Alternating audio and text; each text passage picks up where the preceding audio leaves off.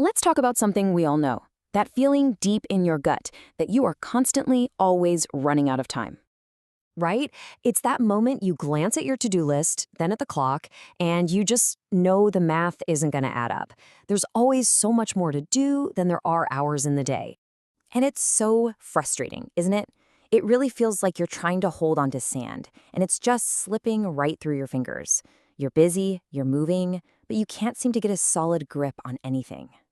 But here's the thing. What if I told you that feeling, that sense of being behind, of failing at time management?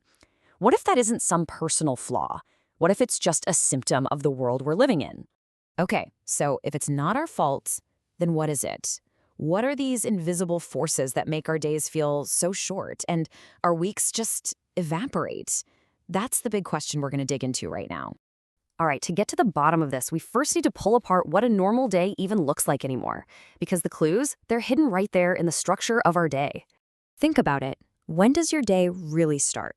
For most of us, it doesn't start with a quiet moment of focus. No, it starts with an immediate flood of input. Notifications, messages, leftover tasks from yesterday. Before you've even had a chance to decide what you want to accomplish, the world is already telling you what it needs from you. You wake up and you're already behind. And this pushes us into what you could call the modern day loop. It's a cycle. Step one, you're hit with that input overload, that constant stream we just talked about. This forces you into step two, constant switching, where you're just jumping between emails, texts, and a dozen different small tasks. And because the input never really stops, you get to step three, no clear end. The loop just resets and keeps going. Now, here's the really tricky part. This loop, it's amazing at filling every single second of your day. You feel incredibly busy. But being busy with 1,000 tiny reactive things feels completely different from making real, meaningful progress. This shows the disconnect perfectly. On one side, you've got a full 8-hour day packed with activity. But on the other side, that's how it feels. That entire block of time might only feel like you got a couple hours of real solid work done. The time was definitely spent, but it didn't translate into that feeling of accomplishment. So this external pressure starts to build up. But it doesn't just stay on the outside. We start to absorb it, and it really changes how we think about ourselves. Sound familiar? Yeah. After days, weeks, months of being stuck in that loop, this is where our brains go. We stop blaming the crazy system we're in and we start blaming ourselves. We think, if I just had a better planner, or if I was just more disciplined, I could finally catch up.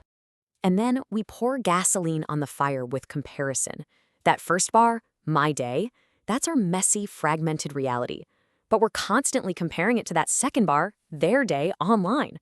You know, that perfectly curated, impossibly productive highlight reel that makes our own very real efforts feel like they're never, ever enough.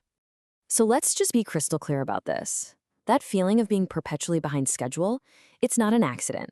It's a feature of our modern environment, one built on constant pings and social comparison. The system is pretty much designed to make you feel like you need to run faster just to keep up. Okay, so if the clock is lying to us, and it's not totally our fault, then who's the real thief? What's the thing that's actually stealing our time? Now we get to the heart of it. See, the answer isn't about time management at all. It's about attention management. And the key idea here is something called attention fragmentation. It's basically the constant division of your mental focus across 100 different things at once. And that constant splitting, it's what warps and compresses how you actually experience time. And this is the big reveal. You don't feel like you're running out of time, because time itself is actually vanishing. A minute is still 60 seconds. The clock is ticking at the exact same speed it always has. You feel that way because your attention, your most valuable, most finite resource, is being sliced and diced into a million tiny little pieces. When you can't be fully present in a moment, all those moments just blur together, and the entire day feels like it just disappeared without a trace. Just look at this breakdown of one single hour of our attention. It's wild. 40% of it, gone, just dealing with notifications. Another 30% is lost to just switching between tasks. That leaves this tiny 10% sliver for actual, deep, focused work. This is why an hour can vanish. It wasn't an hour of focus, it was an hour of fragments. So the whole problem isn't that you're running out of time, it's that you're running out of focused attention. And if you want to reclaim your time, you first have to reclaim your focus. The real question to ask yourself isn't where did the time go? It's this. Your attention is priceless. So, who or what are you giving it to?